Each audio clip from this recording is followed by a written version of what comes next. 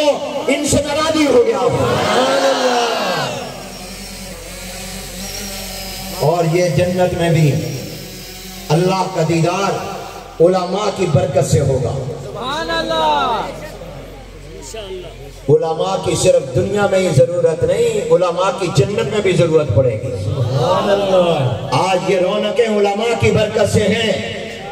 ہماری ایمانی زندگی، ہماری روحانی زندگی، ہماری دینی زندگی، ہماری اسلامی زندگی، ہماری قرآنی زندگی، رب محمد کی قسم، رب کعبہ کی قسم، علماء دینی مدارس، دعوت و تبلیغ اور مساجد کی وجہ سے گئے۔ اصل زندگی مادی زندگی نہیں ہے، اصل زندگی جو ہے وہ ایمانی ہے، روحانی ہے، دینی ہے، اسلامی ہے۔ یہ زندگی اللہ نے ہمیں مدرسوں اور علماء کی برکت سے عطا کی ہے۔